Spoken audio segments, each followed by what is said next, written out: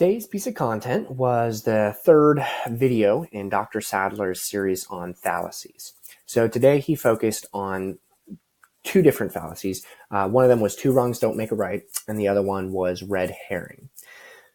So going into each of these, two wrongs don't make a right. What is that? We've all heard that saying before of two wrongs don't make a right. I have a picture in my head of when you're a little kid or something, and it's like, now, just because Timmy cheated on his homework, that doesn't mean it's okay for you to cheat on your homework, Sally. Two wrongs don't make a right. So we think of this, and I think every kid ever got that speech, something about two wrongs don't make a right. So you think, yeah, everyone kind of understands that. Two wrongs don't make a right. It's fine. Everyone understands the concept. But looking at it, I think people would be surprised at how often people still think that two wrongs do make a right, how often they use this fallacy in arguments. So just thinking of a couple of examples, well, let me lay out the argument. The argument would be something like, someone else did X. If someone else did X, it's okay for me to do X. Therefore, it's okay for me to do X. So the couple of examples is something like, he cheated on me. Since he cheated on me, it's okay for me to cheat. Therefore, it's okay for me to cheat. Another one, maybe more work related. They're always late to work. If they're always late to work, it's okay for me to be late to work.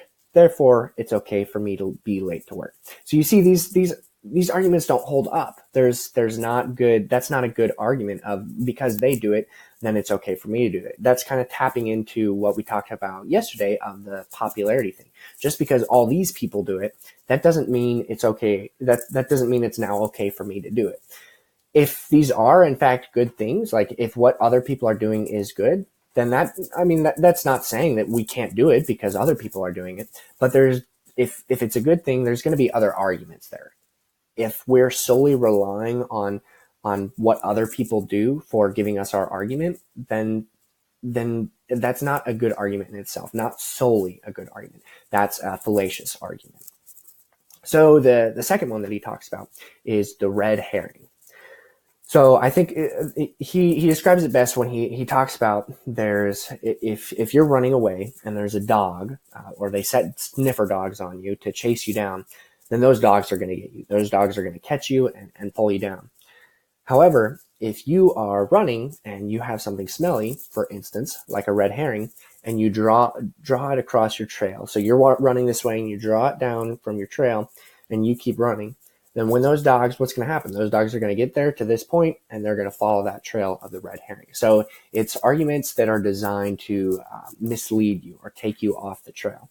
So the way I think of this is in debates. A lot of times you'll see someone make their point and then another person kind of starts replying to that point, and then they kind of switch it up a little bit and start talking about something else. And you have this really great, this first person has this really great response to the first topic, but then they've switched it up. And it's not always a complete change of subject, but it's something enough that first argument, it just doesn't really mean anything anymore. So they've misled you into something else. A way that they sometimes do this is something that they call a smokescreen, and it's kind of a quantity of things. So they start talking about something and then they bring up another point, bring up another point, and pretty soon you're pretty lost as far as what they're even trying to do. And something that Dr. Sadler says, and oftentimes they'll tie it up with something like, and because of these things, it proves that this is true. And it's like, whoa, like what? Like, where did they draw that from? If you're not an experienced debater, you might be like, wow, like they made some really good points. I guess it's true. But you have to understand, sometimes those things aren't even relevant. The points that they're trying to make, they're not even relevant points, but they just tie a bunch of things together, just they throw all this verbiage in there and expect you to believe that that's proving their point. So these are two different arguments that are logical fallacies. They don't hold up when you're trying to think critically and really get down to the truth of an argument. They can distract sometimes. There can be good points in them, but they are not solely by themselves good arguments.